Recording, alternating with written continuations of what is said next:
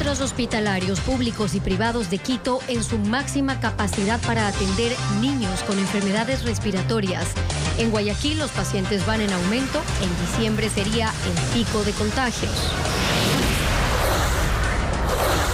Esta tarde la Asamblea iniciará el juicio político a 4 consejeros de participación. Una mayoría liderada por el correísmo social cristiano contaría con los votos para la censura. Cabecillas de las organizaciones R7 y Los Lobos fueron reubicados en la cárcel de máxima seguridad de La Roca. Amigos, muy buenas tardes y bienvenidos a Televistazo. Médicos advierten que en diciembre se espera un repunte de enfermedades respiratorias en pacientes pediátricos del país. ¿Qué tal, Gaby? Hola, Estefi. Así es, amigos, buenas tardes. Actualmente los hospitales de Quito continúan ampliando áreas para la atención de menores. Carla Delgado recorrió las casas de salud y nos cuenta. La dinámica de las áreas de emergencia vuelven a cambiar en los hospitales de Quito. Médicos que deben duplicar sus esfuerzos ante la gran demanda de pacientes con enfermedades respiratorias. Esta vez son los más pequeños los que se han visto afectados. Niños que llegan con dificultades respiratorias por la presencia de al menos 5 tipos de virus que circulan en el país, entre estos influenza. Por ahora hemos tenido pocos pacientes con COVID, pero sí la mayoría son respiratorios y de ellos muchos caen en neumonías y algunas neumonías bacterianas graves. Aquí en el Hospital San Francisco de Líes las atenciones prácticamente se han cuadruplicado, aseguran. Teníamos más o menos unos 80 pacientes diarios. Hoy llegamos hasta 200 diarios acá. Antes teníamos una ocupación aquí en emergencia de un 60-70%. Ahora sobrepasa, estamos llenos. Hoy amanecimos con 8 pacientes para ingresar. Arriba en piso estamos como con 22 niños en camas de pediatría y 2 prestados en el área de ginecología. Estamos llenos. Pero este fenómeno podría extenderse hasta abril, según lo advierten.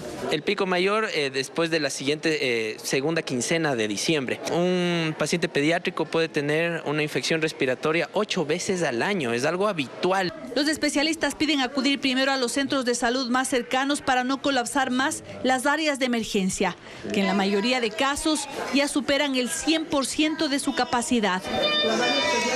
Y en Guayaquil, los 5 hospitales Centinela reportan la llegada de constantes pacientes que están presentando síntomas gripales asociados a la influenza.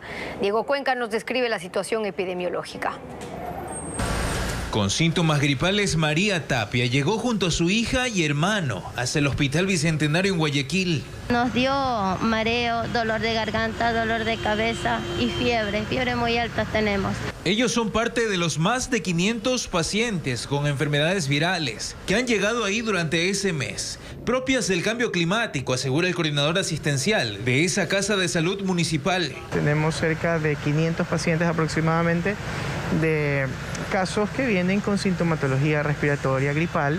En los 5 hospitales Centinela en Guayaquil, el Ministerio de Salud reporta al menos 68 casos de influenza. Los síntomas que predominan son fiebre, tos, dolor de cabeza o inflamación de garganta y malestar general. Así lo explica el director zonal de Vigilancia Epidemiológica. Tenemos alrededor de 68 casos con criterios de hospitalización, en los que tenemos constantemente un reporte de los eventos de insuficiencia respiratoria aguda grave a través de nuestros hospitales Centinela. Médicos como Henry Pinela también reciben a niños en su consultorio. Él explica la vulnerabilidad a la que se enfrenta la población y pide evitar automedicarse. Nosotros estamos usualmente en contacto con un montón de microorganismos, muchísimos microorganismos, sean bacterianos, sean virales, sean hongos, sean parásitos. Entonces, cuando estamos en contacto con ellos, nuestro cuerpo de forma natural comienza a generar defensas en contra de ellos. Muchas veces no enfermamos es por eso, pero al haber estado aislados con la mascarilla, dejamos de estar en contacto con ellos y nuestro cuerpo no logró generar las defensas. Mientras tanto, la campaña de vacunación contra la influenza continúa en los centros de salud para frenar los brotes de esta enfermedad. Vamos a cambiar de tema para contarles que 2 cabecillas de bandas delictivas fueron trasladados desde Quito y Santo Domingo hasta la cárcel de La Roca. Ambos estarían vinculados a incidentes ocurridos días atrás. Rafael Hermida nos cuenta de quiénes se trata. Como una intervención exitosa fue declarado el traslado de Anchundia, uno de los cabecillas de la banda R7, que estaba recluido en la cárcel de Santo Domingo hasta esta madrugada. Debido a su vinculación con los atentados terroristas en esa ciudad semanas atrás, ahora permanecerá en La Roca, prisión de máxima seguridad ubicada en Guayaquil. Hasta esa misma cárcel fue llevado Bermúdez, cabecilla de la banda Los Lobos, quien estaría vinculado a la matanza ocurrida en la cárcel del Inca en Quito. Según informó el gobierno, el acusado permanece aislado e incomunicado. El pasado martes 7 de noviembre en la cárcel del Inca, 5 presos fueron asesinados por una disputa de bandas. El presidente Guillermo Lasso en su cuenta en Twitter escribió: mis sinceras felicitaciones a las fuerzas del orden por las acciones desplegadas contra los cabecillas narcoterroristas. El país entero reconoce y agradece el trabajo que cada día realizan los miembros de Fuerzas Armadas, SNAI y Policía para mantener el orden y la paz. Esta prisión de máxima seguridad volvió a operar 9 años después de que cerró sus puertas. Se espera que hasta 100 presos que causen disturbios en otros centros de rehabilitación del país sean trasladados a este reclusorio. Y el Comando Conjunto de las Fuerzas Armadas realizó la destrucción de armamentos decomisados durante varios operativos en el país. Incluso dentro de las cárceles también se realizaron. Merlin Ochoa nos trae más detalles. Son 2.400 armas de fuego, 40.000 municiones y otro tipo de armamento que fueron destruidos en el sur de Guayaquil. Con esta destrucción, las Fuerzas Armadas ecuatorianas coadyuvan a la seguridad, impidiendo que armas ilegales sean utilizadas por la delincuencia común y el crimen organizado. El Comando Conjunto de las Fuerzas Armadas realizó la destrucción de estos elementos decomisados en varios operativos a escala nacional, incluso dentro de las cárceles del país. El armamento ya está inhabilitado y pasó por un proceso judicial. Por ello, tal como lo establece la ley, debe ser destruido 90 días después de haber sido incautado. De esta manera, en el año 2022, las Fuerzas Armadas hemos logrado sacar de circulación más de 6.000 armas de fuego. En Ecuador el porte de armas es ilegal. Los únicos autorizados son los miembros de la fuerza pública. La Asamblea inicia esta tarde el juicio político a 4 consejeros de participación ciudadana a pesar del pedido de varios legisladores para que se realice contra los 7 integrantes. Esta mañana se presentó una acción de protección para impedir el proceso, pero fue inadmitida. Patricio Díaz con los detalles de lo que será esta sesión. A las 2 de la tarde está convocado el Pleno de la Asamblea para iniciar el juicio político contra 4 de los consejeros de participación ciudadana. El presidente del Legislativo anuncia que se buscará cumplir con todo el procedimiento hasta el sábado en la tarde. Cada interpelado tiene 3 horas para poder intervenir, es decir, en conjunto 12 horas. No sé si hagan uso de todo el tiempo. Sin embargo, durante la mañana el asambleísta Washington Varela del BAN anunció que había presentado una acción de protección para que se suspenda la sesión, debido a que no hay ni informe de la comisión ni de posturas que basen el juicio. Y ellos, los legisladores, después podrían ser demandados. O sea, no puede ser, porque es realmente ilegal, es atentatoria contra los asambleístas. Por lo tanto, estamos solicitando que la sesión de hoy no puede darse. Pero después de 1 hora de haberlo presentado, el recurso fue inadmitido. Lo ingresó en Rumiñahui y según el juez no era competente porque la sede del Legislativo es en Quito. Así que más bien empiezan a verse las posturas. Creo, tendría ya una definición. Miren, nuestra postura lógica y obvia es abstenerse a algo que nosotros no estamos de acuerdo. En Pachacutic analizarán su voto, pero advierten que los 7 debían ser juzgados. Porque los 7 no cumplieron su mandato constitucional. Ahí se ve la democracia, la participación y la transparencia del Pleno de la Asamblea Nacional. Para la destitución de los 4 consejeros de participación ciudadana se requieren 70 votos. Y nuestra selección de Ecuador está lista para su debut en el Mundial de Qatar. Hoy entrenó a puertas cerradas, pues el técnico Gustavo Alfaro define el equipo que saltará a la cancha del Estadio Al-Bayt este domingo. Hay tranquilidad en la tricolor previo a su primer partido. Teo.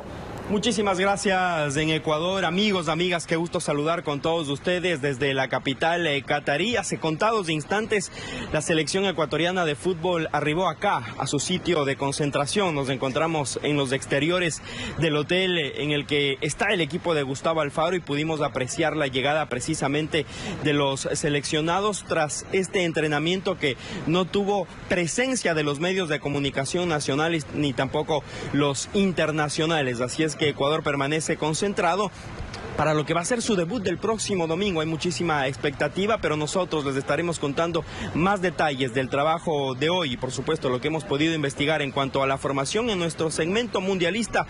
Así que atentos todos a nuestro espacio deportivo. Ya volvemos en contados instantes con más. Nos reencontramos entonces en los deportes. Así es, Teo, más tarde volvemos contigo y todos los ecuatorianos vamos a estar pendientes de nuestra selección el día domingo. Ahora vamos a una pausa y al regresar.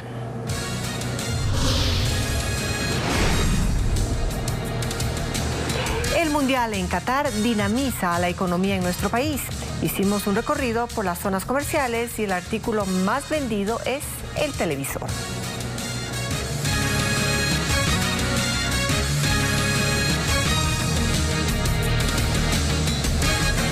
El gobierno nacional fijará el salario básico unificado para el año 2023, luego que el sector empleador y trabajador no llegara a consensos. Este último plantea un nuevo incremento de $25, como fue la propuesta de campaña del presidente Guillermo Lasso, mientras que del lado empleador se oponen. Fabiola Santana con las reacciones. El Consejo Nacional de Trabajo y Salarios agotó sus 2 sesiones sin llegar a acuerdos. Tanto trabajadores como empleadores plantean incrementos para el salario básico unificado de 2023, pero no alcanzaron consensos en los montos. El sector de los trabajadores planteaba un alza de $25 como el año pasado, pues el presidente Lasso se comprometió a alcanzar un aumento de $100 hasta el final de su mandato. Además, resaltaron cifras positivas en empleabilidad y consumo tras el aumento fijado el año pasado. Alrededor de 500.000 nuevos empleos, 120.000 millones de consumos o de generación de transacciones. Por tanto, los $25 del año pasado no produjeron la hecatombe que el sector empresarial predijo. Con lo que discrepan los empleadores. 3,5 personas de cada 10 son las únicas que tienen empleo pleno. Dicen que lo que correspondería es un aumento de $11.73. Porque la inflación proyectada es lo que determina la ley, que en el caso de no llegarse a un consenso, es lo que debería aplicar el Ministerio del Trabajo para la fijación del salario del año que viene. Ahora será el gobierno el que fije el monto. Buscamos la postura del ministro del Trabajo, sin embargo, no fue posible por temas de agenda.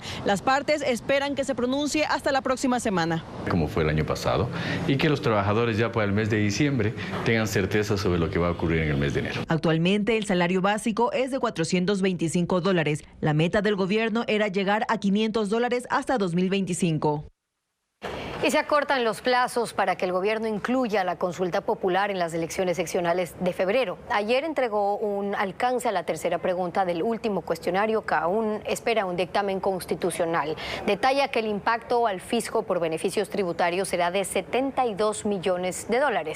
Nos informa Jacqueline Rodas. La Corte Constitucional aún no emite su dictamen sobre el último grupo de preguntas para la consulta popular propuesta por el gobierno. La noche de este jueves, la Presidencia de la República envió un alcance a la tercera pregunta que contempla un incentivo tributario por la contratación de mayores de 45 años. Es un informe del Ministerio de Finanzas que explica que si se aprueba y entra en vigencia, el impacto fiscal anual es de $72.17 millones. Sin embargo, esta propuesta permitirá contrarrestar el problema de empleo adecuado que actualmente están sufriendo las personas de 45 años en adelante. Como efecto de esta medida, se incrementará el aporte al Seguro General obligatorio y se reducirá la mora patronal. Con este insumo se espera que la Corte ya se pronuncie. ¿En qué consiste este último control que deben hacer los jueces? Lo explica el constitucionalista Paul Córdoba. En este segundo dictamen que faltaría, lo que hace la Corte Constitucional es únicamente revisar y garantizar que las preguntas no induzcan un tipo de respuesta favorable. Los tiempos están ajustados. Según la presidenta del Consejo Nacional Electoral, el primer mandatario debería emitir su decreto de consulta popular máximo hasta la próxima semana, para que se alcance a incluir la papeleta con las 11 preguntas en las elecciones seccionales del 5 de febrero de 2023. Seguimos con más noticias a esta hora. Gracias por estar con nosotros.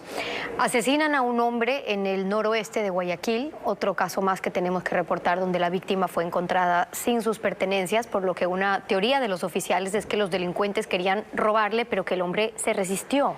El cuerpo de la víctima quedó dentro de su vehículo con rastros de violencia. Los agentes lo trasladaron a criminalística. Y sujetos armados balearon una vivienda en el norte de Guayaquil. El hecho violento se registró anoche. La policía llegó al sitio y recogió alrededor de 30 restos de balas. Afortunadamente, en esta emergencia no hubo personas heridas ni fallecidas. Regados en la calle quedaron los restos de las balas, producto del ataque armado que sufrió una vivienda ubicada en el bloque 9 de Bastión Popular, en el norte de Guayaquil. La emergencia se reportó anoche y, según información preliminar, varios sujetos a bordo de un automóvil llegaron al sitio y empezaron a disparar contra el inmueble. La ráfaga de disparos alarmó a los habitantes de la vivienda y a los vecinos, que en su gran mayoría se encontraban dormidos. Algunos proyectiles impactaron en las paredes y en la puerta, pero felizmente no hubo heridos ni fallecidos. Los agentes hallaron alrededor de 30 restos de balas, la mayoría de ellos en la calle y otros en el interior del domicilio, por lo que el personal de criminalística debió ingresar para recogerlos y llevarlos al laboratorio. Tras el hecho, los uniformados iniciaron la búsqueda de los responsables, evitando dar declaraciones a la prensa. Hay decenas de especies en peligro de extinción en el país, por lo que varias iniciativas buscan su conservación. Una de ellas es una reserva ubicada en el noroccidente de Pichincha que cuida del oso andino. Carla Delgado nos trae una nueva entrega de Ecuaterra. Hola amigos, bienvenidos a una entrega más de Ecuaterra. ¿Sabían que a pocos minutos de Quito, anualmente y por algunas semanas, se puede observar la mayor congregación de osos de anteojos? Estos mamíferos se desplazan hasta 30 kilómetros para llegar a este lugar. ¿Quieren saber por qué lo hacen? Nos contaron que a unos 68 kilómetros de Quito, en la parroquia de Nanegalito, había una gran posibilidad de observar a osos de anteojos. No lo dudamos y emprendimos el viaje hasta llegar a la reserva de Maquipucuna, ubicada entre las montañas del Chocó andino.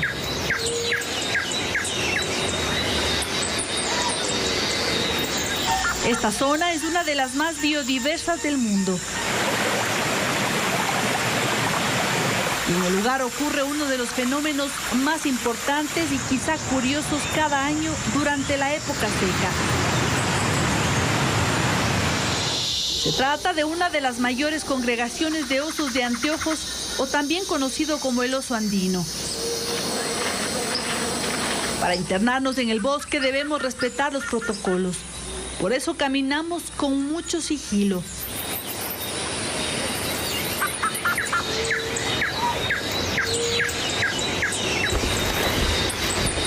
Tomando la batuta van los rastreadores, que hacen un trabajo importante.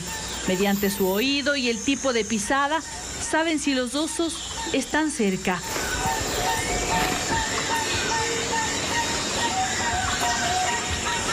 Carlos es quien tiene más experiencia en la búsqueda.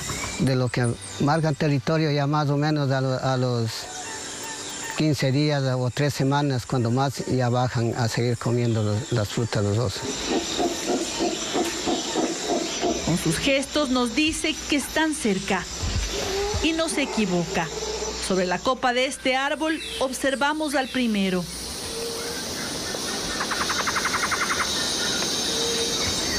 Él no se intimida con nuestra presencia. Nosotros sí. Y es que un oso no se ve todos los días.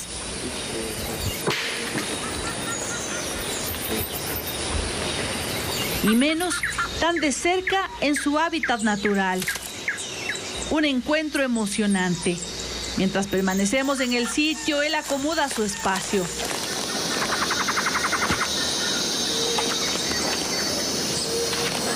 Y recién ahora entendemos por qué llegan a este lugar.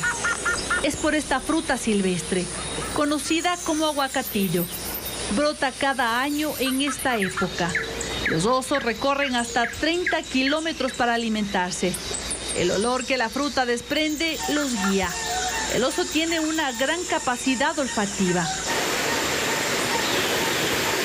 Con los años nos hemos ido dando cuenta que este es un fenómeno anual similar a lo que ocurre con los osos grizzlies en Alaska, en las zonas de desove de salmón. En este caso, los aguacatillos les proveen una fuente importante de aceites, entre otros nutrientes. Nos sorprende ver cómo se desplaza sobre las ramas a unos 20 metros de altura. Más aún tomando en cuenta que un oso macho puede medir hasta 2 metros 10 centímetros. Y su peso fácilmente supera los 170 kilos. A unos cuantos metros divisamos a otro. Inclina su cabeza mientras lo filmamos. Y aunque el oso andino tiene la etiqueta de ser un oso tímido, incluso se muestra amigable. No hay registros de encuentros fatales con humanos. Pero no todos responden igual. Hay osos más territoriales, como este que apenas llegamos empezó la retirada. Estos osos a menudo son los paraguas para la conservación de otras vidas silvestres. Por eso decidieron proteger este lugar. La idea era conectar el área más grande posible de corredores al norte y al sur en lo que sería el corredor chocoandino.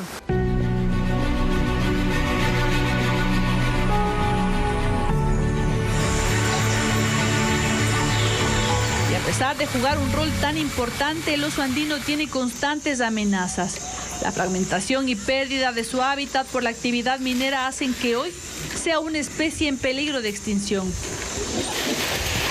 Por ello se hace importante que todos alguna vez tengamos la oportunidad de admirarlos. Solo en ese momento sabremos la importancia de su noble rol sobre este planeta.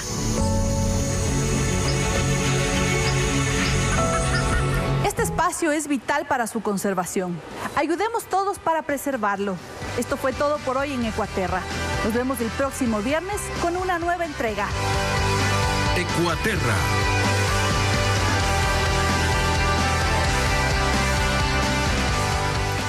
Y como todos los viernes, le invitamos a usted a que en este momento tome su celular y escanee el código QR que aparece en pantalla. Este lo dirigirá a nuestro sitio web en ecuavisa.com. Porque recuerde que compartiendo este contenido también hacemos la diferencia. Y en otras noticias les contamos que el sector comercial vive su mejor momento del año. Son distintos eventos de alto consumo que se juntaron y eso permite no solo un incremento de ventas, sino también la generación de empleos. Y paralelamente los consumidores señalan que hay ofertas que realmente los benefician. Vamos a ver. Un mundial en el que participará Ecuador, que se juega el mismo mes del Black Friday y a pocas semanas de la Navidad, es la combinación perfecta que dinamiza ventas en el sector comercial. Estas venían al alza y la coyuntura apunta a consolidar esta tendencia. El año hasta septiembre viene creciendo al 16%, comparado con el año anterior, 15% de crecimiento, y se prevé que las ventas se mantengan en este proceso de crecimiento. En esta dinámica, las ventas a través de canales electrónicos registran crecimientos de doble dígito que sorprenden a propios y extraños. Hablan de un 40% de incremento. 4.000 millones de dólares, siendo el año pasado 3.200. También están los que prefieren las compras de forma tradicional, acudiendo a un local para ver y tocar el artículo que adquiere. La prioridad y lo que más está buscando los clientes son las pantallas, televisores. Por ejemplo, un televisor que costaba $700, con los descuentos se lo puede conseguir en 525. Los compradores dan cuenta de las ofertas que los motivan a hacer adquisiciones en condiciones en las que se pueden ahorrar un buen dinero. Hay descuento en lo que es los aire acondicionados, que estoy interesado. Serán tiempos de ofertas extendidas porque la temporada de fútbol se junta con Black Friday y saliendo de eso llega el Cyber Monday y después la temporada navideña. El comercio vive así su época más alta y esto implica también un impacto positivo en el empleo. Y este fin de semana en Guayaquil se estrenará la obra Una hora en la vida de Stefan Zweig, que cuenta la historia de una joven pareja que se refugia en Brasil durante la Segunda Guerra Mundial. Conozcamos un poco más de esta novedosa puesta en escena. Una obra llena de misterio, historia y un poco de humor negro. Es la nueva apuesta teatral a la que apunta el estudio Paulsen en Guayaquil. Este show se titula Una hora en la vida de Stefan Zweig, un novelista judío que se refugió en Brasil en 1942 para huir del horror y la masacre de la Segunda Guerra Mundial en Europa. La obra es escrita por un dramaturgo español, Antonio Tavares, que ha venido conversando conmigo, Antonio, por más de 2 años de la posibilidad de hacerla. Y esto, amigos, es el estreno latinoamericano de la obra, una obra que se ha visto en Europa y que posiblemente esté en Estados Unidos próximamente. El director del estudio Paulsen describió cuántos personajes saldrán a las tablas.